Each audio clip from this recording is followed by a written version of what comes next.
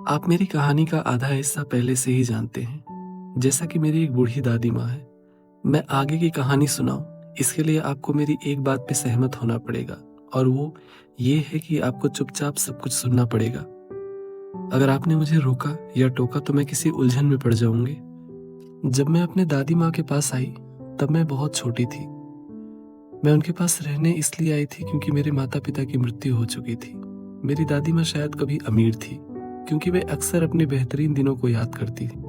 उन्होंने मुझे फ्रेंच सिखाया और मेरी पढ़ाई के लिए एक शिक्षक की व्यवस्था की। मैं उस समय 15 साल की थी। मैंने उसके बाद पढ़ाई करना छोड़ दी। मेरी दादी माँ अंधी थी, इसलिए वह मेरी देखभाल नहीं कर सकती थी। इसलिए मैं उनके पास ही रहती थी, वही काम करती और वही पढ़ाई करती। मैं कभी कभी अपनी जगह हमारे घर की नौकरानी को दादी माँ के पास बिठा देती। उसका नाम फेकला था और वो सुन नहीं सकती थी। फेकला को दादी माँ के पास बिठाकर मैं अपने दोस्त से मिलने चले जाया करती थी। कभी कभी दादी माँ उससे कुछ पूछती, पर उसे समझ नहीं आता था कि जवाब क्या देना है, और वो खुद को पिन से आजाद करके तुरंत निकल जाती। और इतना कहने के साथ ही नास्तीन का हंसने लगी, और उसके साथ साथ मैं भी हंसने लगा।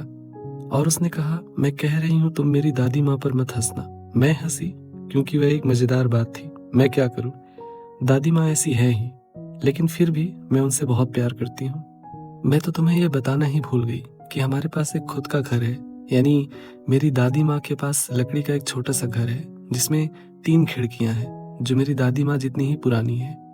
और घर की ऊपरी मंजिल पर एक छोटा सा कमरा है। और हाँ, हमारे घर की ऊपरी मंजिल पर एक नया किराएदार आया है।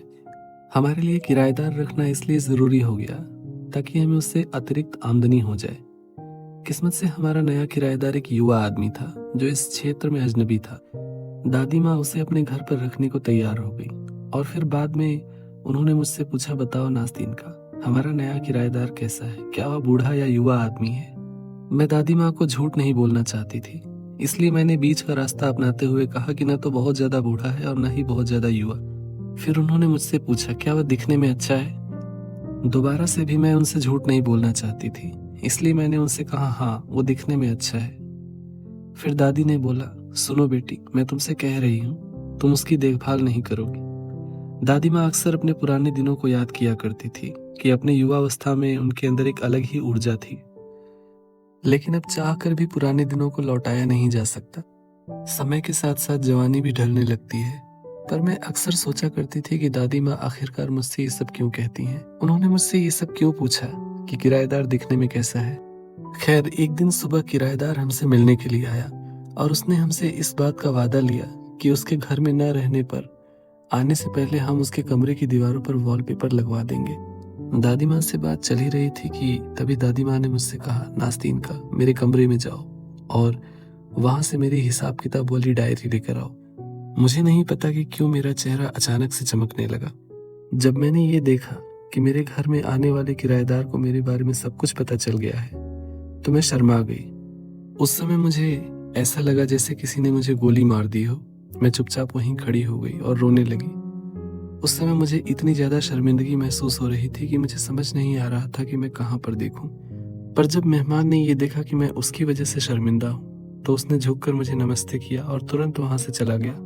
2-3 सप्ताह बीत गए। फिर किराएदार ने फेकला के जरिए संदेश भेजा कि उसके पास फ्रेंच की बहुत सारी किताबें हैं और मैं उन्हें पढ़ सकती हूँ। तो क्या दादी माँ ऐसा नहीं चाहेंगी कि मैं उन्हें बोर करने की बजाय उन किताबों को पढूं? दादी माँ ने मुझसे इसके लिए आभार के साथ अपनी सहमति दे दी, लेकिन वह बार बार मुझसे पूछती थी कि क्या वे नैतिक ज्ञान की किताबें हैं, क्योंकि खराब किताबों को पढ़ने से बुराई ही सीखने को मिलेगी। और फिर मैं क्या सीखूं दादी माँ? उन किताबों के अंदर क्या लिखा है? अच्छा, उन्होंने कहा, ये बताओ, उन किताबों में किस बात का वर्णन किया गया है? क्या उसमें यह लिखा है कि किस तरह से एक युवा आदमी एक भोली भाली लड़की से यह कहकर कि उससे शादी करेगा उसका फायदा उठाता है, और वो उसके परिवार और उसके घर से दूर लेके जाता है। फिर वो इन मासूम लड़कियों का फायदा उठाता है, और फिर वो उन्हें भाग्य के भरोसे छोड़कर चला जाता है, और फिर वे बेचारी लड़कियां अपना जीवन दुख में बिताने को मजबूर हो जाती हैं। फिर वह अपने बात को आगे बढ़ाते हुए बोली, वैसे उसने कौन सी किताबें भेजी हैं? दादी माँ, वो सारी वॉल्टर स्काउट के उपन्यास है। वॉल्टर स्काउट के उपन्यास? जरा रुको, कहीं उसकी कोई चालाकी तो नहीं? देखना, कहीं वो इसके अंदर कोई प्रेम पत्र तो नहीं छिपा कर रखा है? नहीं दादी माँ, इसके अंदर कोई प्रेम पत्र नहीं है, मैंने उन्हें कहा। लेकिन उसके कवर के अंदर देखो। नहीं दादी माँ, कवर के नीचे भी कुछ नहीं है। अच्छा फिर ठीक है। फिर मैंने वॉल्टर स्काउट की उन किताबों को पढ़ना शुरू किया और 1 महीने में लगभग आधी किताबें मैंने पढ़ डाली। फिर उसने और भी किताबें भेजी। एक दिन अचानक से मेरी मुलाकात अपने किराएदार से सीढ़ियों पर हो गई। मुझे देखकर वह रुका, मैं शर्मा गई, वह भी शर्मा गया। फिर हंसते हुए उसने मुझे सुप्रभात कहा और दादी के बारे में पूछा। फिर वो मुझसे बोला, क्या तुमने सारी किताबें पढ़ ली? मैंने कहा, हाँ, मैंने सारी किताबें पढ़ ली। फिर उसने मुझसे पूछा, उन किताबों में से तुम्हें सबसे अच्छी कौन सी लगी? मैंने जवाब दिया, आइवन होजन और पुश्किन मुझे सबसे अच्छी लगी। 1 हफ्ते बाद मैं उससे दोबारा सीढ़ियों पर वैसे ही मिली। फिर उसने मुझसे बोला, दिन भर दादी माँ के पास बैठे बैठे क्या तुम्हें बोरियत नहीं होती? फिर वह बोला, सुनो, तुम एक बहुत अच्छी लड़की हो। इस तरह से बात करने के लिए मुझे माफ करना, लेकिन मैं तुमसे यह कहना चाहता हूँ कि तुम बहुत खुशकिस्मत हो कि तुम्हारे पास ऐसी दादी माँ है। तुम्हारे पास कोई दोस्त नहीं है जिसके साथ तुम कहीं जा सकती हो। हाँ, मेरी कोई दोस्त नहीं है। पहले मेरी एक दोस्त थी, माशेंका, लेकिन अब वो मुझसे बहुत दूर पिस्कोवा चली गई है। फिर वो मुझसे बोला, क्या तुम मेरे साथ थिएटर चलना चाहोगी? मैंने जवाब दिया, नहीं, और मैंने कहा, अलविदा। अच्छा, अलविदा। इसके अलावा कुछ न कहकर वह चला गया। फिर रात के खाने के बाद हमसे मिलने आया और बहुत देर तक दादी माँ के पास बैठे रहकर बातें करता रहा। फिर उसने अचानक से दादी माँ से कहा, मैंने इस शाम के लिए ओपेरा का एक टिकट लिया है। वहाँ बार्बर ऑफ सेविल का प्रदर्शन किया जा रहा है। पहले मेरे साथ मेरे दोस्त जाने वाले थे, लेकिन अंत में उन्होंने मना कर दिया, इसलिए मेरे पास एक अतिरिक्त टिकट है। दादी माँ चिल्लाई, बार्बर ऑफ सेविल? हाँ, ये बार्बर ऑफ सेविल ही है, उसने मेरी ओर देखते हुए कहा, और उसकी ओर देखकर मैं समझ गई थी कि उसके कहने का क्या मतलब है। मेरा चेहरा लाल हो गया और मेरा दिल रहस्यमय तरीके से धड़कने लगा। बिल्कुल मुझे पता है, क्योंकि मैंने पुराने दिनों में एक निजी प्रदर्शन में रेसीना का किरदार निभाया था। दादी माँ बोली। दादी माँ की बात सुनकर वह बोला, तो फिर क्या आप वहां पर जाना नहीं चाहेंगी? अगर आप नहीं चलेंगी तो मेरी टिकट खराब हो जाएगी। उसकी बात सुनकर दादी माँ ने उत्साह से बोला, बिल्कुल चलो, क्यों नहीं चलना चाहिए। और फिर नास्तिनका तो थिएटर भी नहीं गई है। मेरी खुशनसीबी की वो मान गई थी और फिर हम तुरंत तैयार हो गए। उस पूरी शाम वह इतनी अच्छी तरह से बात करता रहा कि मैं समझ गई थी कि वह सुबह मुझे परखने के इरादे से आया था, जब उसने प्रस्ताव रखा था कि मैं उसके साथ अकेले चलूं। मेरे लिए ये सब बहुत अच्छा था। मेरा दिल बहुत तेजी से धड़क रहा था, जिसके कारण मुझे हल्का हल्का बुखार भी हो गया था। फिर बुखार की खुमारी में मैंने रात भर बार्बर ऑफ सिविल के बारे में ही बड़बड़ा रही थी। इसके बाद मुझे लगा था कि वो हमारे आसपास और ज्यादा आएगा, लेकिन ऐसा बिल्कुल भी नहीं हुआ। उसने हमारे पास आना जाना ज्यादा नहीं किया। वह हमारे पास महीने में 1 बार आता था। जैसे जैसे समय बीत रहा था, मेरी बेचैनी बढ़ती जा रही थी। अब मैं चुपचाप अकेले नहीं बैठ सकती थी, न ही पढ़ सकती थी। मेरा मन अब किसी काम में नहीं लगता था। अचानक से एक ही समय पर मैं हंसने और रोने दोनों लगी। मैं दिन पर दिन पतली होती जा रही थी और बीमार लगने लगी थी। ओपेरा का समय खत्म हो गया और हमारे किरदार ने हमारे घर पर आना पूरी तरह से छोड़ दिया। अब समाप्ति का समय नजदीक था, क्योंकि शायद उसके जाने का समय हो गया था, क्योंकि यहाँ पर उसका काम समाप्त हो गया था। अब उसे 1 साल के लिए मॉस्को वापस जाना होगा। जब मैंने ये सुना तो मैं अधमरी सी होकर एक कुर्सी पर बैठ गई। यही कहने के लिए वह आया था और उसने हमें झुककर अभिवादन किया और वहां से चला गया। मैं परेशान होकर सोचने लगी कि अब मैं क्या करूं। रात में जब दादी माँ सो गई तो मैं उससे मिलने उसके कमरे में गई। जब मैंने उसका दरवाजा खोला तो वह चौंक कर चिल्ला पड़ा। मुझे देखकर उसे लगा कि शायद उसने कोई भूत देख लिया है। मैं बड़ी मुश्किल से खड़ी हो पा रही थी, इसलिए वह मेरे लिए पानी लेने के लिए रसोई घर की ओर दौड़ा। मेरा दिल बहुत तेजी से धड़क रहा था और मेरा सिर भी दर्द कर रहा था। मुझे कुछ भी समझ नहीं आ रहा था कि मैं क्या कर रही हूँ। जब मेरी हालत थोड़ी सामान्य हुई तो मैं उसके पास बैठ गई। मैंने अपना चेहरा उसके हाथों में दे दिया और मैं जोर जोर से रोने लगी। मुझे लगा कि उसने एक ही नजर में सब कुछ समझ लिया और एक बेबस भरी नजरों से मेरी तरफ देखा और मेरा दिल टूट गया। फिर वह बोला, सुनो नास्तीनका, मैं कुछ नहीं कर सकता। मैं एक गरीब आदमी हूँ, क्योंकि मेरे पास कुछ भी नहीं है। यहाँ तक कि मेरे पास एक अच्छा बिस्तर भी नहीं है। मान लो अगर मैं तुमसे शादी कर भी लूं तो हम कैसे रह पाएंगे। हम दोनों ने बहुत देर तक एक दूसरे के साथ बातें की। मैंने कहा, तुम मुझे अपने साथ मॉस्को ले चलो। अब मैं तुम्हारे बिना नहीं रह सकती। उसके सामने मेरा मान सम्मान, शर्म, हया और प्यार सब कुछ बिखर कर बिस्तर पे गिर रहा था। उसकी उदासीनता देखकर मैं डर गई थी कि कहीं वो मुझे अस्वीकार न कर दे। वह कुछ देर तक शांत बैठा रहा, फिर उठकर मेरे पास आया और उसने मेरा हाथ थाम लिया। फिर उसने मुझसे बोला, सुनो नास्तीन का, मैं तुमसे वादा करता हूँ कि अगर मैं जीवन में कभी भी शादी करने के लायक हो सका तो तुम ही से मेरे जीवन की खुशी बनेगी। मैं तुम्हें इस बात का आश्वासन देता हूँ कि मैं इस पूरी दुनिया में एकमात्र तुम ऐसी लड़की हो जिसके साथ मैं सुखी रह सकता हूँ। सुनो नास्तीन का, मैं 1 साल के लिए मॉस्को जा रहा हूँ। मैं वहां पर मेहनत करूंगा, मैं खुद को तुम्हारे लायक बनाऊंगा। मेरे वापस आने के बाद भी अगर तुम मुझसे प्यार करती रहोगी तो हम दोनों खुशी खुशी एक साथ जीवन बिताएंगे। फिर उसने मुझसे यह वादा लिया कि मैं इस बारे में दादी माँ से कुछ भी नहीं कहूंगी। इसके बाद वह मॉस्को चला गया। खैर, मेरी कहानी अब खत्म हो गई। अब इस बात को 1 साल बीत चुके हैं और इस कहानी का अंत जानने के लिए मैंने अधीरता से पूछा, और क्या? पूरी हिम्मत जुटाते हुए नास्तीनका बोली, वह यहाँ पर पिछले 3 दिनों से है, लेकिन अभी तक उसने मुझसे मुलाकात नहीं की। और इतना कहने के बाद नास्तीनका चुप हो गई और अपनी हथेलियों में अपना चेहरा छिपाकर जोर जोर से रोने लगी। उसे देखकर मेरे दिल में एक अजीब सा दर्द होने लगा। मैं उसकी कहानी के ऐसे अंत की कल्पना बिल्कुल भी नहीं कर सकता था। मैंने धीरे से कहा, नास्तीनका, भगवान के लिए मत रो। उसे लेकर तुम्हें कोई गलतफहमी भी हो सकती है। तुम्हें कैसे पता चला कि जिसे तुमने देखा है ये वही है जिसका तुम इंतजार कर रही हो? नास्तीनका ने जवाब दिया, नहीं, मैंने जिसे देखा है वो वही है। वह यहीं पर है और मैं इस बात को जानती हूँ। जिस शाम वो यहाँ से गया था उस समय हमने एक आपसी सहमति बनाई थी और हम दोनों एक दूसरे के साथ इसी नहर के किनारे टहलने के लिए आए थे। उस समय रात के 10 बज रहे थे। हम दोनों इसी सीट पर बैठे थे।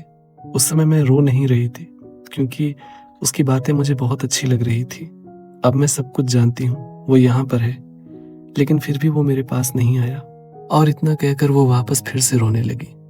मैंने उससे पूछा, नास्तीनका, क्या मैं तुम्हारा दुख करने के लिए कोई मदद कर सकता हूँ? फिर मैं निराशा से अपनी जगह से उठता हुआ बोला, मुझे बताओ नास्तीनका, क्या मेरे लिए उसके पास जाना संभव होगा? बताओ, क्या यह संभव हो पाएगा? अचानक से अपना सिर उठाते हुए वो खुद को संभालते हुए बोली, नहीं, बिल्कुल नहीं। फिर मैंने उससे कहा, अच्छा ठीक है, तो फिर तुम एक पत्र लिखो। वो बोली, नहीं, यह असंभव है, मैं ऐसा नहीं कर सकती। उसने एक निर्णायक जवाब देते हुए अपना सिर हिलाया और वो मेरी तरफ बिल्कुल भी नहीं देख रही थी। मैंने उससे कहा, नास्तीनका, यह असंभव क्यों है? अपनी बात को साबित करने के लिए मैं अपने विचार पर अड़ा रहा। मैं बोला, देखो नास्तीनका, यह सब इस बात पर निर्भर करता है कि पत्र किस प्रकार का है, क्योंकि पत्र तो अलग अलग तरह के होते हैं। नास्तीनका, मेरी बात पर भरोसा करो, मैं तुम्हें खराब सलाह नहीं दूंगा। मेरी बात सुनो, सबको व्यवस्थित किया जा सकता है। पहले भी तो तुमने यह कदम उठाया था, तो इस बार क्यों नहीं? मैं ऐसा नहीं कर सकती, इससे ऐसा लगेगा जैसे मैं उसे मजबूर कर रही हूँ। फिर मैंने बोला, नास्तीनका, तुम्हें इसका अधिकार है, क्योंकि उसने तुमसे इसी बात का वादा किया था।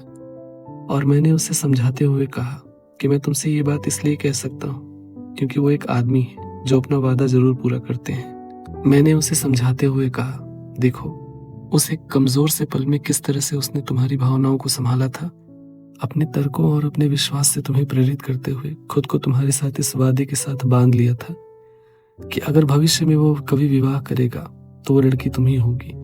उस समय उसे तुम्हें इनकार करने की पूरी स्वतंत्रता थी, लेकिन उसने ऐसा नहीं किया। उदाहरण के लिए, अगर तुम चाहती हो कि वह अपने वादे से मुक्त हो जाए तो सुनो, तुम्हें किस तरह का पत्र लिखना है ये मैं बताता हूँ। अगर मुझे कोई पत्र लिखना पड़ा तो मैं ऐसे लिखूंगा, प्रिय महोदय, मैं माफी चाहती हूँ, लेकिन मुझे माफी मांगने की आवश्यकता नहीं है। मैं आपको यह पत्र लिख रही हूँ। मेरी इस अधीरता के लिए मुझे क्षमा करें, लेकिन मैं क्या करूं? मैं पूरे 1 साल से इस आशा में खड़ी हूं कि आप मुझे मिलेंगे, लेकिन आपने ऐसा नहीं किया। इस बात से मुझे संदेह हो रहा है, लेकिन मैं इस संदेह के लिए माफी चाहती हूँ। अब जब आप वापस आ गए हैं तो शायद आपने अपना मन बदल लिया है, तभी मुझसे मिलने नहीं आए। अगर ऐसा किया ही है तो यह पत्र मैं आपको ये बताने के लिए लिख रही हूँ कि आपके इस बर्ताव से न तो मैं दुखी हूँ और न ही मैं आपको इसके लिए दोषी ठहरा रही हूँ। मेरा आपके दिल पर कोई अधिकार नहीं है, शायद यही मेरी किस्मत है। आप एक सम्मानित व्यक्ति हैं उम्मीद करती हूँ कि आप मेरी इस बचकानी बातों पे ना ही हंसेंगे और ना ही मुझसे चिढ़ेंगे। इसे पढ़ते हुए इस बात का ध्यान रखिएगा कि एक ऐसी लड़की द्वारा लिखी गई चिट्ठी है जिसके पास निर्देशित करने वाला और सलाह देने वाला कोई नहीं है। यही वजह है कि वो अपने दिल पर नियंत्रण नहीं कर पा रही है। लेकिन मेरे दिल में जो संदेह है, जिसने मुझे बेचैन किया हुआ है, उसके लिए मुझे माफ करना। जिसने आपसे इतना प्यार किया है, आपको उसका अपमान करने का अधिकार नहीं है। इतना सब कुछ सुनते ही वो खुशी से उछल पड़ी और उसने कहा, तुम मेरी समस्या का समाधान कर दिए। भगवान ने तुम्हें मेरे लिए भेजा है। तुम्हारा दिल से धन्यवाद। मुझे पता है कि वो पहले से ही आ चुका है और उसे यहाँ आए 3 दिन हो चुके हैं और न तो मेरे पास उसका कोई संदेश है और न ही कोई पत्र। और मेरे लिए सुबह सुबह दादी के पास से निकलना असंभव होगा। तो इस पत्र को पहुंचाने का काम तुम्हें ही करना होगा और अगर कोई जवाब आया तो तुम उसे कल सुबह 10 बजे मेरे पास ले आना। लेकिन इसके लिए पत्र तो तुमसे ही लिखवाना होगा। तो फिर यह तय हुआ कि शायद सब कुछ परसों ही होना चाहिए। पत्र? कैसा पत्र? नास्तिनका ने थोड़ा भ्रमित होते हुए कहा। वो अपनी बात पूरी ना कर सकी। पहले उसने शर्माते हुए अपना चेहरा मेरी तरफ से मोड़ लिया। उस समय उसके गाल गुलाब की तरह लाल हो रहे थे। सब कुछ ठीक था। अचानक मेरे हाथों में एक चिट्ठी सी महसूस हुई जो शायद बहुत पहले ही लिखी गई थी। उसे देखकर मेरे मन में एक मीठी सी परिचित याद तैरने लगी। आंसुओं के बीच वो हंसने लगी और उसकी काली आंखें एकदम चमकते हुए मोती की तरह दिखाई दे रही थी। चलो, अब काफी हुआ, अलविदा, उसने तेजी से बोलते हुए कहा। यह रहा पत्र और इसके ऊपर यह पता है। और फिर वो चली गई। मैं काफी देर तक अपनी आंखों से उसका पीछा करता रहा। उसके अदृश्य होने तक उसके द्वारा बोले गए अंतिम शब्द कल मिलते हैं, कल मिलते हैं, मेरे कानों में गूंजते रहे। आज एक उदासी से भरा बरसात का दिन था। मेरे पिछले दिनों की भांति अंधेरों से भरा, बिना सूरज निकलने वाला दिन। मेरे अंदर अजीब अजीब से ख्याल, उदासी भरी सनसनाहट हो रही थी। मेरे दिमाग में अभी भी ढेर सारे सवाल उमड़ घुमड़ रहे थे और मुझ में इतनी शक्ति नहीं थी कि मैं उन सवालों का समझदारी से जवाब दूं। ये मेरे बस में नहीं था कि मैं इसका समाधान कर पाऊं। आज हम नहीं मिलेंगे। कल जब हमने एक दूसरे को अलविदा कहा था, तभी से आसमान में बादल इकट्ठा होना शुरू हो गए थे और धुंध छा गई। मैंने कहा, मौसम के लिहाज से कल का दिन बहुत खराब रहने वाला है। उसने मेरी बात का कोई जवाब नहीं दिया। वह अपनी इच्छाओं के खिलाफ कुछ भी नहीं बोलना चाहती थी। उसका कल का दिन बहुत अच्छा और खुशहाल होने वाला था, इसलिए कोई भी बादल उसकी खुशियों के आसमान को ढक नहीं सकता था। फिर वह बोली, अगर बारिश होगी तो फिर हम एक दूसरे को नहीं देख पाएंगे। नहीं, मैं नहीं आऊंगी। मुझे लगा शायद उसने आज की बारिश की तरफ ध्यान ही नहीं दिया, तभी वह अब तक नहीं आई। कल हमारी मुलाकात की तीसरी रात थी। हमारी तीसरी रात बहुत खूबसूरत थी। लेकिन अब मुझे पता चल गया था कि खुशी और आनंद किसी को भी बेहतर से बेहतर बना सकती है। जब दिल प्यार से लबालब भरा हुआ हो तो दूसरा दिल की गहराइयों से अपना पूरा प्यार अपने साथी पर उड़ेल देता है। सब कुछ अच्छा और खुशहाल लगता है और प्यार का यह आनंद किसी संक्रमण की भांति होता है जो एक से दूसरे में फैल जाता है। उन शब्दों में कोमलता थी, एक लगाव था और उसके मन में एक बहुत ही अद्भुत भाव था। वह कितनी मिलनसार और निश्चल थी, कितनी कोमलता से उसने मुझे साहस देने की कोशिश की थी, जबकि मैंने सब कुछ किसी खास चीज के लिए संभाल कर रखा था। मैंने सोचा था कि वो, लेकिन हे भगवान, आखिर मैंने ऐसा कैसे सोचा? मैं ऐसे अंधा कैसे हो गया कि मुझे इस बात का पता नहीं चल पाया कि जब वो पहले से ही किसी और की अमानत है, वो मेरी नहीं है, तो मैं उसके बारे में ऐसा कैसे सोच सकता हूँ कि क्यों नहीं मुझे उसकी प्यास और उसकी तड़प का एहसास हुआ। मेरे लिए उसका प्यार, मेरे लिए कुछ और नहीं, आनंद का अतिरेक ही था। बल्कि यह खुशी उस आने वाले क्षण की थी जिसमें वह उसे देखने वाली थी, जिसे वह चाहती है। हर किसी के लिए खुशी जरूरी है। मेरी इच्छा भी तो बस उसे खुश देखना ही है ना। जब वो नहीं आया और हम व्यर्थ ही उसकी प्रतीक्षा करते रहे तो निराश होकर उसने अपनी भौहें सिकोड़ ली। नास्तीनका बहुत ज्यादा परेशान और निराश थी। फिर अचानक से उसे इस बात का एहसास हुआ कि मैं उससे प्यार करता हूँ और वो मेरे बेचारे से प्यार पर अफसोस करने लगी। इसलिए जब हम दोनों ही उदास थे तो उसने एक दूसरे की उदासी को ज्यादा गहराई से महसूस किया। भावनाएं कभी भी खत्म नहीं होती है, बस वे और अधिक केंद्रित हो जाती हैं। मैं भरे हुए दिल से अधीरता के साथ उससे मिलने के लिए गया था। मेरे अंदर पहले से ही कोई भाव नहीं था। मैं अभी जैसा महसूस करना चाहिए था पहले भी वैसा ही कर रहा था, जैसे कि अंततः मुझे खुशी का अनुभव नहीं होना चाहिए। वो मेरे आने से 1 घंटा पहले ही आ चुकी थी। वो बात बात पर खिलखिला रही थी और जो शब्द मैं बोल रहा था उस पर बेसाख्ता हंस रही थी। मैं बात तो करना चाहता था लेकिन मेरे मुंह से शब्द ही नहीं निकल रहे थे।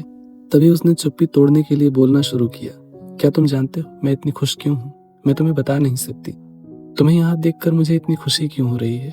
क्यों तुम आज मुझे इतने पसंद आ रहे हो? अच्छा, मैंने पूछा, और मेरे दिल ने तेजी से धड़कना शुरू कर दिया। मैं तुम्हें पसंद करती हूँ क्योंकि तुम मेरे प्यार में नहीं हो।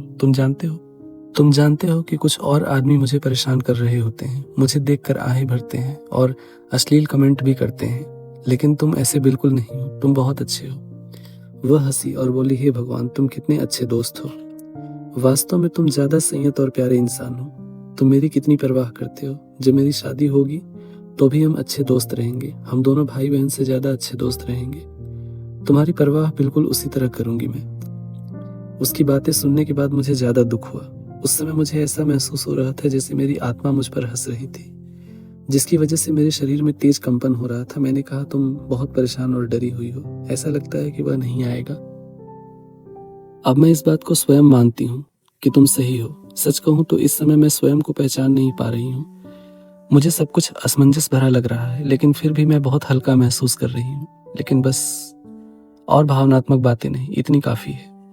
तभी हमें रात के अंधेरे में किसी के कदमों की आहट सुनाई दी और हमने देखा कि एक परछाई तेजी से हमारी ओर बढ़ती आ रही है। हम दोनों अचानक से चौंक गए और वह लगभग चिल्ला उठी। मैंने उसका हाथ छोड़ दिया, लेकिन हम दोनों गलत थे। ये वो नहीं था जिसका हम दोनों को बेसब्री से इंतजार था। वो मेरे हाथों में अपना हाथ देते हुए बोली, तुमने मेरा हाथ क्यों छोड़ दिया? उसने अपना हाथ दोबारा मेरी तरफ बढ़ाया और बोली, आओ देखें ये क्या है। हाँ, हम एक दूसरे के साथ हैं, मैंने रोते हुए कहा। नास्तीन का, मैंने मन ही मन सोचा कि तुमने एक ही वाक्य में कितना कुछ कह दिया। ऐसा प्यार दिल को ठंडा और आत्मा को भारी कर देता है। नास्तीन का, तुम्हारा हाथ बर्फ की तरह ठंडा है और मेरा हाथ आग की तरह जलता हुआ। तुम आंखें होते हुए भी मन से अंधी हो नास्तीन का। कभी कभी एक खुश व्यक्ति भी कितना नाकाबिले बर्दाश्त हो जाता है। लेकिन बात चाहे जो कुछ भी हो, मैं तुमसे नाराज नहीं हो सकता। आखिरकार उसकी बातें सुनकर मेरा दिल भर आया। मैंने रोते हुए कहा, सुनो नास्तीन का, तुम्हें पता है आज मेरा पूरा दिन किस तरह से बीता है? वह उत्सुकता जताते हुए बोली, क्यों, कैसे? जल्दी बताओ ना, तुम्हारा आज का दिन कैसा बीता? तुमने इतनी देर से क्यों बात की? तुम कुछ कहते क्यों नहीं? सबसे पहले तो नास्तीन का, मैंने तुम्हारा पत्र दे दिया है। मैं तुम्हें सब कुछ बताने के लिए आया हूँ कि मुझे नहीं पता कि इस दौरान मेरे साथ क्या क्या हुआ। उस समय मुझे ऐसा लग रहा था जैसे समय ठहर सा गया हो। उस समय मुझे ऐसा लग रहा था कि तुम्हारे साथ जो भी मैंने समय बिताया है उसका एहसास मेरे साथ हर समय रहना चाहिए। उस समय मुझे ऐसा लग रहा था कि एक एक मिनट एक एक अंतराल के बराबर हो जाए और मेरा सारा जीवन उसी में ठहर जाए। हे भगवान, नास्तीनका ने टोकते हुए कहा, इस सब का क्या मतलब है? मुझे एक शब्द भी नहीं समझ आ रहा है। नास्तीनका, मैंने बीच में टोकते हुए उसे कहा। नास्तीनका, मैं किसी भी तरह तुम्हें वह अजीब से एहसास से रूबरू करवाना चाहता हूँ जो मैंने महसूस किया है। फिर मैंने करुण शब्दों में बोलना शुरू किया और शायद उसमें एक उम्मीद की किरण अभी भी छुपी हुई है, हालांकि वो बहुत धुंधली है। बस करो, चुप हो जाओ, उसने जोर देकर कहा। और उसी समय उसने तुरंत अंदाजा लगा लिया कि मैं क्या कहने वाला हूँ। फिर अचानक से वह दोबारा शरारती और बातूनी लड़की बन गई। उसने मेरा हाथ थाम लिया और हंसने लगी। मैं भी उसके साथ हंसना चाहता था, लेकिन मैं इस असमंजस में था कि आखिरकार मैं किस बात पर हंसूं। मेरे बोले गए एक एक शब्द उसकी हंसी की लंबी गूंज में बदल गए। मुझे खुद पर गुस्सा आने लगा, क्योंकि अचानक से मुझे अब ऐसा लग रहा था जैसे वह मेरे साथ कोई छेड़खानी कर रही है। वो बोली, क्या तुम जानते हो? उसने कहना शुरू किया, मुझे इस बात पे बहुत गुस्सा आ रहा है कि तुम मुझे प्यार नहीं करते। मनुष्य के स्वभाव को समझना कितना मुश्किल होता है, लेकिन मिस्टर अनअप्रोचेबल, तुम मुझे मेरी सरलता के लिए किसी भी तरह से दोषी नहीं ठहरा सकते हो। मैं तुम्हें सब कुछ बताती हूँ, चाहे वो मेरे दिमाग में आने वाली कोई मूर्खतापूर्ण विचार ही क्यों न हो। मैंने कहा, सुनो, मुझे लग रहा है 11 बजे की घंटी है। अचानक से उसने हंसना बंद कर दिया और दूर एक मीनार से आती हुई धीमी मधुर घंटी की आवाज गिनने लगी। फिर अचानक से डरी हुई अनिश्चित सी आवाज में कहा, हाँ, 11 ही बज रहे हैं। उसी पर मुझे अपनी बात पर पछतावा हुआ। मैंने उसे डरा दिया और उसे घंटी की आवाज गिनने को मजबूर कर दिया, और मैंने इस अपराध के लिए खुद को मन ही मन कोसा। इस बात के लिए मुझे खुद पे बहुत अफसोस हो रहा है कि मैंने उसे डरा दिया है। उसे सांत्वना देने के लिए मैं तरह तरह के तर्क और सबूत दे रहा था। इस समय वो जिस स्थिति में थी, उसे आसानी से अपनी बातों में बहलाया जा सकता था, और सच कहूं तो उस स्थिति में कोई भी व्यक्ति कोई भी सांत्वना बड़ी ही आसानी से स्वीकार कर लेता है। किसी भी तरह की सांत्वना भरी बात जिसे सुनकर दिल को थोड़ा राहत मिलता है और वह उन झूठी दिलासा को मन सच मानने लगता है। मेरे द्वारा दिए गए तर्कों की प्रशंसा करते हुए वो बोली, वो नहीं आया, इस बारे में बताकर मुझे उलझन में डाल दिया है। तुमने मुझे इतने तर्क दे दिए हैं कि अब मैं गिनती ही भूल गई हूँ, नास्तिनका हंसते हुए बोली। तुम बस इतना सोचो कि शायद तुम्हारा पत्र अभी तक उसे मिला ही नहीं, इसलिए मान लो कि हो सकता है कि वह आज नहीं आ सकता, या फिर ये भी मान लो कि उसे पत्र मिल गया है और वह उसका उत्तर लिख रहा हो। इस कारण वह तुमसे मिलने के लिए कल से पहले नहीं आ सकता। कल सुबह होते ही मैं उसके पास जाऊंगा। तुम्हें मेरी उससे जो भी बात होगी उसके बारे में सब बताऊंगा नास्तिनका।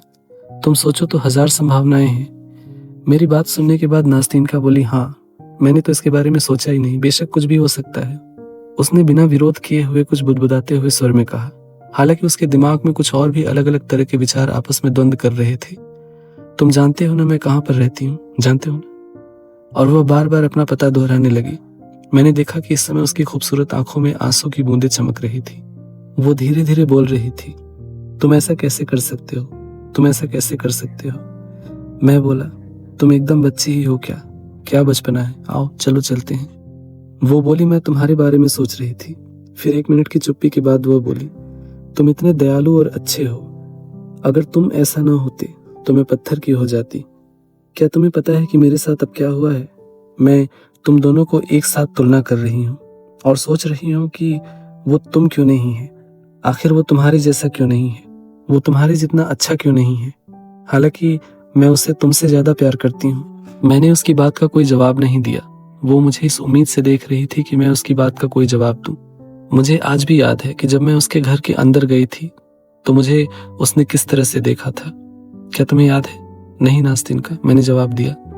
इस बात से यही पता चलता है कि तुम उसे दुनिया की किसी भी चीज से ज्यादा प्यार करती हो। सच तो ये है कि तुम उसे खुद से भी ज्यादा चाहती हो। नास्तिनका ने भोलेपन से कहा, हाँ, इस बात को मान लो। तुम जो भी कह रहे हो वो पूरी तरह से सच है। लेकिन तुम्हें पता है अब मेरे दिमाग में क्या चल रहा है? नहीं, अभी मैं उसके बारे में बात नहीं कर रहा हूँ, सामान्य बातचीत कर रहा हूँ। नास्तिनका, तुम जो भी कह रही हो वो सही है, लेकिन ऐसा न कर सक पाने के बहुत से कारण हैं। मैंने उसी क्षण अपनी भावनाओं को पहले से कहीं ज्यादा दबाते हुए जवाब दिया, नहीं, ऐसा नहीं हो सकता। उसने बड़ी गंभीरता के साथ कहा। पता नहीं क्यों मुझे इस समय ऐसा प्रतीत हो रहा था जैसे मैंने अपने आप के लिए कुछ त्याग किया हो। उसने डरते डरते मेरी ओर नजर डालते हुए धीमे स्वर में कहा, हो सके तो मुझे माफ कर दो। मैं एक साधारण लड़की हूँ। मैंने जीवन बहुत कम देखा, इसलिए मेरे पास उसका अनुभव बहुत ही कम है। शायद इसीलिए मैं किसी से भी सही ढंग से बात नहीं करना जानती। उसने भावुक होते हुए मुस्कुराते हुए कहा, हालांकि मैं कोशिश कर रही हूँ। उसने कहना जारी रखा, मैं तुम्हें सिर्फ इतना बताना चाहती हूँ कि मैं तुम्हारी बहुत आभारी हूँ। अब तुम जो भी महसूस करते हो मैं भी ये सब महसूस कर पा रही हूँ। मैं तो बस इतना चाहती हूँ कि तुम्हें सारी खुशियां मिले। और एक बात कहूँ, मैंने जो सपने देखने वाले के बारे में बताया था वो सब अब झूठ है। मेरा कहने का मतलब था कि तुम्हारे मामले में वो सच नहीं है। वह बोली, तुम ठीक कह रहे हो। क्यों तुमने वर्णन किया था कि हो सकता है कि आदमी ठीक इसके विपरीत हो। मैं यही कहना चाहती हूँ कि भविष्य में तुम किसी से प्यार करो तो भगवान तुम्हारे साथी के रूप में उसे हमेशा खुश रखेगा। तुम्हारे साथी के लिए मैं कुछ कहना चाहूंगी, क्योंकि मुझे इस बात पे पूरा यकीन है कि तुम्हारे साथ रहकर वो खुश ही रहेगी। क्योंकि मैं एक औरत हूँ, इसलिए अगर मैंने ऐसा कहा है तो मुझे इस बात पर यकीन है। इसके बाद उसने बोलना बंद कर दिया और गर्मजोशी से मेरा हाथ पकड़ा। मैं भावुकता के कारण कुछ बोल नहीं पा रहा था और चुपचाप ऐसे ही खड़ा रहा। कुछ मिनट ऐसे ही बीत गए। हाँ, पूरी तरह से स्पष्ट हो गया कि आज रात वो नहीं आएगा। आखिरकार उसने अपना सिर उठाया और वो बोली, बहुत देर हो चुकी है, शायद वह कल आएगा। मैंने दृढ़ और आश्वस्त स्वर में कहा। मेरी बात सुनने के बाद उसने भी बिना किसी पूर्व अवसाद के संकेत से कहा, हाँ, मुझे भी यही लगता है कि शायद वह कल आएगा। अगर बरसात हुई कल तो शायद मैं नहीं आऊंगी, लेकिन परसों मैं जरूर आऊंगी। हाँ, मैं जरूर आऊंगी। और फिर हम दोनों अलग हुए। उसने अपना हाथ मेरी तरफ बढ़ा दिया और मुझे देखते हुए कहा, मैं हमेशा तुम्हारे साथ हूँ। नास्तिनका, काश तुम्हें पता होता कि मैं अब कितना अकेला हूँ। जैसे ही रात के 9 बजे मैं खुद को घर के अंदर कैद न रख सका और मौसम की परवाह बिना किए ही अपने कपड़े पहनकर बाहर निकल गया। मैं अब वहीं पर था, अपनी सीट पर बैठा हुआ। मैं उसके घर के बाहर ही था। काफी देर तक उसके घर के बाहर खड़ा रहा, लेकिन मुझे शर्म आ रही थी, इसलिए मैंने खिड़कियों की ओर देखे बिना ही वापस लौट आया। कोई बात नहीं, मैं कल तक का इंतजार करता हूँ, क्योंकि कल वो मुझे सब कुछ बता देगी। हालांकि आज उसके पत्र का जवाब नहीं आया है और ऐसा होना ही था, लेकिन फिर भी वे अब तक साथ हैं। अगली रात मैं वहां 9 बजे ही पहुंच गया। वो वहां पर पहले से ही मौजूद थी। मैंने उसकी ओर दूर से देखा। वो ठीक वैसे ही रेलिंग पर अपनी कोहनी टिकाए अपने चेहरे को उस पर रखे खड़ी थी जैसे मैंने उसे पहली बार देखा था, और उसने मेरे कदमों की आहट तक नहीं सुनी थी। अपनी बेचैनी को दबाने का प्रयास करते हुए मैंने उसे आवाज दिया, नास्तीन का। मेरी आवाज सुनकर उसने जल्दी से मुड़ा और मेरी तरफ देखते हुए कहा, क्या है? मैंने उसके सवाल के जवाब में कहा, जल्दी करो। वह बोली, क्यों?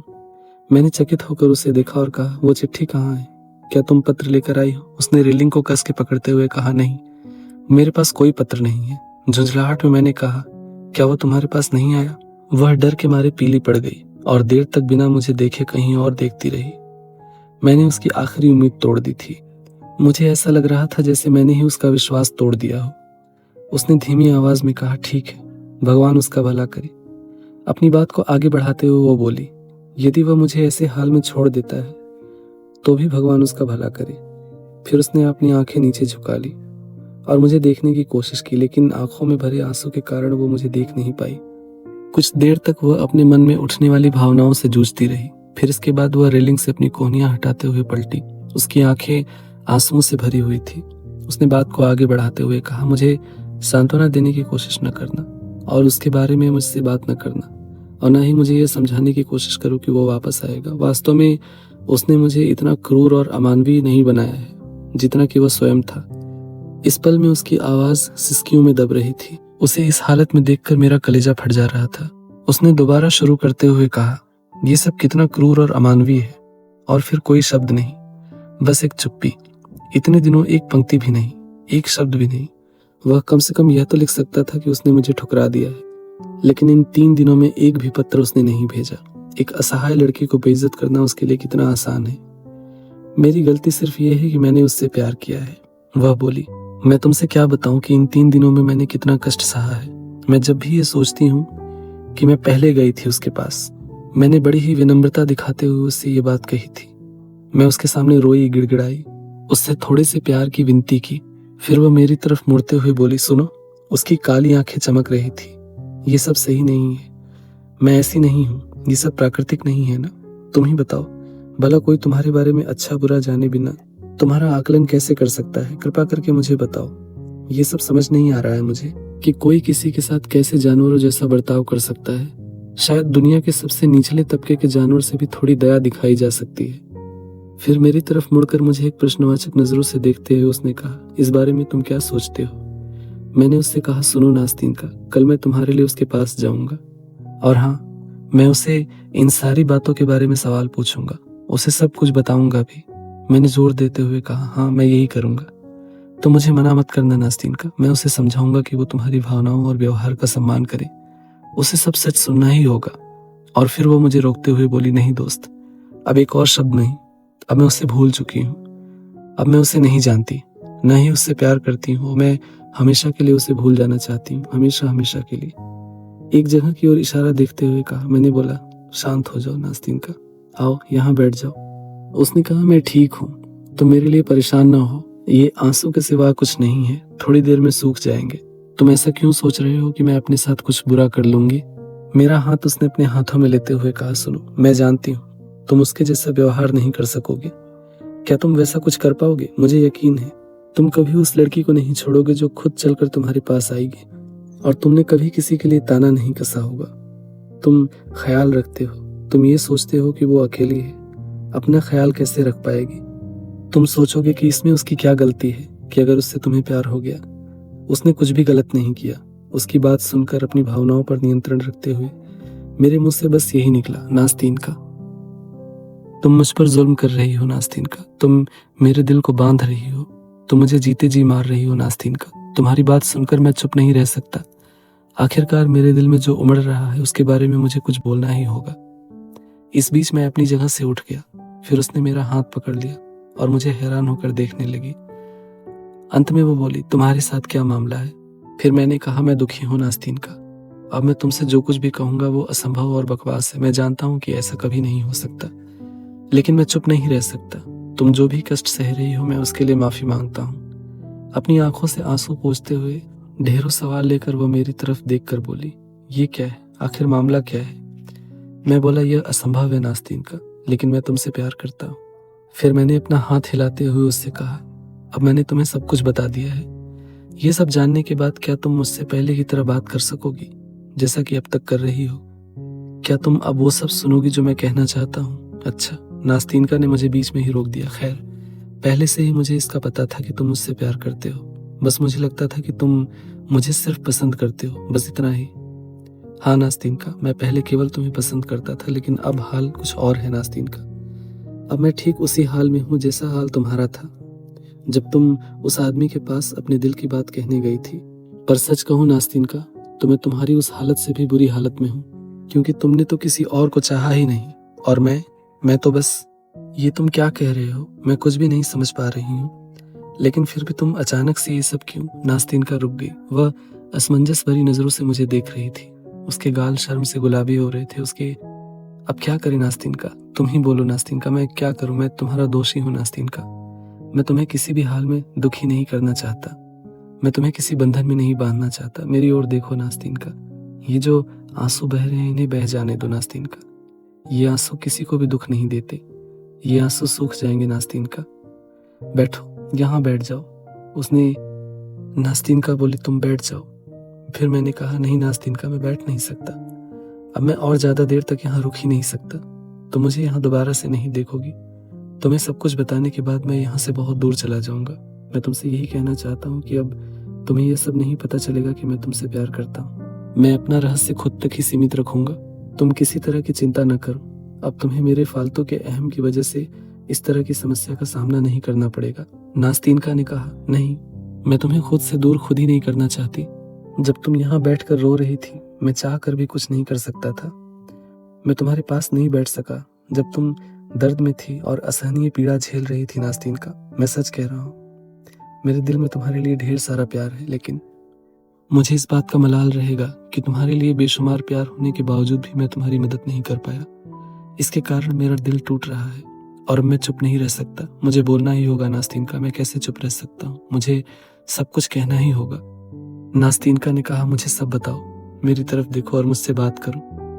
नास्तीनका, तुम मुझ पे सिर्फ तरस खा रही हो, सिर्फ तरस। जब तुम वहां बैठकर रो रही थी, तभी मैंने सोचा कि मैं तुम्हारे बारे में जो भी सोचता हूँ मैं तुम्हें बता दूं नास्तीनका। मैं एक गरीब लेकिन विनम्र आदमी हूँ, जिसके पास बहुत सारे पैसे और बहुत सारी सुविधाएं नहीं है। लेकिन मेरे कहने का मतलब वो नहीं है। मैं बस ये कह रहा हूँ कि मैं तुम्हें चाहता हूँ नास्तीनका, और शायद मैं तुम्हें तब भी चाहता रहूंगा जब आज भी तुम उससे ही प्यार करती हो। और शायद कभी अगर तुम उसके पास लौट कर जाना चाहो तो मेरा प्यार तुम्हारे पैरों की बेड़ी नहीं बनेगा। तुम तब भी स्वतंत्र और आजाद रहोगी, लेकिन मैं तब भी तुम्हें प्यार करता रहूंगा नास्तीनका। तुम रो मत नास्तीनका, मैं तुम्हारी आंखों में आंसू नहीं देख सकता। नास्तीनका अपनी जगह से उठी और मेरी ओर देखते हुए उसने कहा, उठो, मेरे साथ आओ, शायद मैं तुम्हें कुछ बताऊं। अब अगर वो मुझे पूरी तरह से त्याग दे, अगर वो मुझे भूल जाए, हालांकि मैं आज भी उससे ही प्यार करती हूँ, लेकिन सुनो, मेरी बात का जवाब दो। मैं किस तरह से तुम्हारे प्यार से बंध पाऊंगी, जबकि मैंने ही तुम्हें प्यार न करने के लिए निवेदन किया था, और शायद मैं तुम्हारे प्यार पर हंस भी रही थी। तुम ही बताओ, ये किस तरह से संभव हो पाएगा? पर शायद मैं कितनी बेवकूफ हूँ। मुझे इस बात का पूर्वानुमान क्यों नहीं हुआ? मैं इस बात का अंदाजा क्यों नहीं लगा पाई? कैसे कैसे हो सकता है? लेकिन अब मैंने अपना मन बना लिया है। मैं तुम्हें सब बताऊंगी। देखो नास्तीनका, तुम क्या जानती हो, मैं यहाँ से दूर चला जाऊंगा और यही ठीक रहेगा। सीधे तौर पर मैं तुम्हें परेशान कर रहा हूँ। तुम्हें मेरे ऊपर हंसने से खुद पर ग्लानि होगी और तुम मेरे पास नहीं होगी, और फिर तुम्हारे दुख में और बढ़ोतरी नहीं होगी। निश्चय ही यह मेरी गलती थी नास्तीनका, लेकिन फिर भी मैं इतना ही कहूंगा, अलविदा। रुको, मेरी बात सुनो। क्या तुम इंतजार कर सकते हो? पर किस लिए?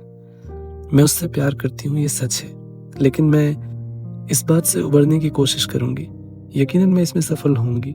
मैं ऐसा करने में विफल नहीं होंगी। मैं इससे निकल जाऊंगी, मेरा विश्वास है। मुझे ऐसा महसूस हो रहा है क्योंकि अब मुझे उससे नफरत होने लगी है। शायद उसने मेरे साथ कोई मजाक कर दिया है। तुमने हमेशा मुझे प्यार किया और उसने शायद कभी भी नहीं किया, पर मैं तुमसे प्यार करती हूँ क्योंकि तुम उससे अच्छे हो। तुम उससे ज्यादा सम्मान के योग्य हो, क्योंकि उसने अपना सिर मेरे कंधे पर रख दिया और वो मेरे गले लगकर रोने लगी। मैंने उसे सांत्वना देते हुए समझाने की कोशिश की, लेकिन फिर भी वह नहीं रुकी और मेरा हाथ दबाते हुए रोती रही। अंत में उसने रोना बंद कर दिया। उसने आंखों से आंसू पोंछ लिए नास्तीनका ने कहा कि उसके बात करने में कुछ ऐसी बात थी जिसने मुझे मोह लिया। पर तुम ऐसा मत सोचो कि मैं अस्थिर और हल्के स्तर की लड़की हूँ। मैं किसी भी बात को आसानी से भूल सकती हूँ। मैंने उसे पिछले 1 साल से चाहा। मेरा भरोसा करो, मैंने एक बार भी उसके साथ विश्वासघात करने के बारे में नहीं सोचा। पर उसने मेरी बेइज्जती की, बार बार मेरा दिल तोड़ा है। मैं उससे प्यार नहीं करती, सच में नहीं करती। मैं जिसे पसंद करूं वो मुझे अपने लायक न समझे तो अब वह मेरे लायक नहीं है। खैर, हम उसके बारे में बहुत बातें कर चुके, पर अब और नहीं। शायद मेरे प्यार की भावना मेरी गलती थी, एक ऐसा भ्रम शायद जिसकी शुरुआत ही गलतफहमी से हुई थी। अपनी टूटती हुई सांसों को संभालते हुए नास्तीनका बोली, मैं बस यही कहना चाहती थी कि हाँ, अगर मैं उससे प्यार करूं, अगर मैं इन सब के बावजूद तुम्हें ये सब कह पा रही हूँ, इसका मतलब यही है कि तुम्हारा प्यार मेरे प्रति बहुत गहरा है। तुम बिना किसी उम्मीद और सांत्वना के मुझे भाग्य के भरोसे छोड़कर नहीं जाना चाहते। तो यकीन मानो, मैं हमेशा तुम्हारी आभारी रहूंगी। तभी मेरा प्यार तुम्हारे प्यार के लायक बन पाएगा। क्या तुम मेरा हाथ थामना चाहोगे? खुद पर नियंत्रण रखते हुए उसने कहा, अब मैंने सब कुछ कह दिया है तुमसे। तुम भी खुश हो और मैं भी खुश हूँ। अब इसके बारे में एक और शब्द नहीं। रुको और मुझे छोड़ो। भगवान के लिए कुछ और बात करो। हाँ नास्तीनका, इस सब के बारे में बहुत हो चुका। अब मैं भी बहुत खुश हूँ। इन बातों को छोड़कर कोई और भी बात कर सकते हैं मैं तैयार हूँ। तुम हमारे यहाँ एक कमरा किराए से ले लो। हमारे पास ऊपरी मंजिल पर एक कमरा है जो खाली है। वहां पर पहले एक बूढ़ी औरत रहती थी, लेकिन अब वो वहां से चली गई है। और मुझे पूरा यकीन है कि दादी को भी तुम पसंद आओगे। उन्हें तुम्हारे रहने से कोई आपत्ति नहीं होगी। फिर मैंने कहा, अब बहुत हो गया नास्तीनका, लेकिन ये बताओ कि तुम कहाँ पर रहती हो? मैं उस जगह को भूल गया हूँ। मैं एक्स ब्रिज के पास बारानिकोव नाम की बिल्डिंग में रहती हूँ। क्या वही बड़ी सी बिल्डिंग में? हाँ, वही बड़ी सी बिल्डिंग वाले घर में। सब कुछ छोड़कर जितनी जल्दी हो सके, जितना जल्दी संभव हो सके तुम हमारे यहाँ रहने आ जाओ। चलो अलविदा।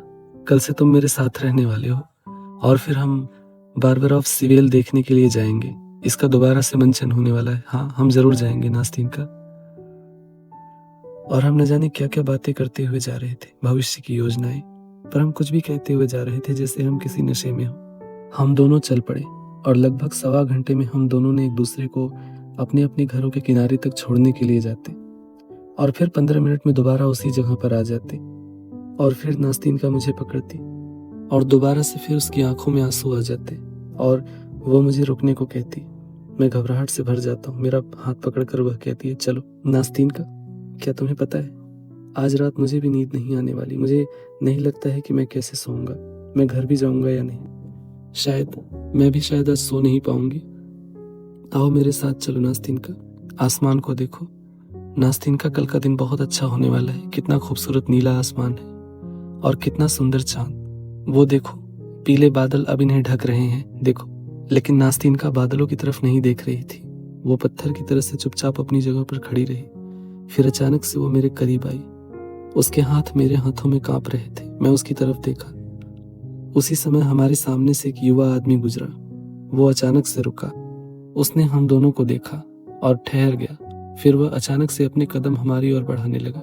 मेरा दिल तेजी से धड़कने लगा और आकर वो पास में ठहर गया। ये कौन है नास्तीनका? मैंने धीमे स्वर में कहा और वो मेरे और नजदीक आते हुए और ज्यादा कांपते हुए, फुसफुसाते हुए, लड़खड़ाते स्वर में कहा, ये वही है।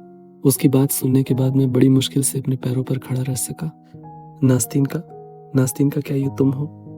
मैं हमारे पीछे एक आवाज सुना और उसके बाद वह युवा व्यक्ति कुछ कदम पीछे चलकर हमारे करीब आ गया। उसने मेरा हाथ छोड़ दिया और वो उसकी तरफ दौड़ गई। मैं बुरी तरह से टूट गया। मैं वहीं खड़ा होकर ये सब देखता रहा। उसने मुश्किल से अपना हाथ उसके हाथों में दिया और वो खो गई। लेकिन फिर अचानक से वो मेरी तरफ मुड़ी और अगले ही पल वो दोबारा से मेरे पास आई।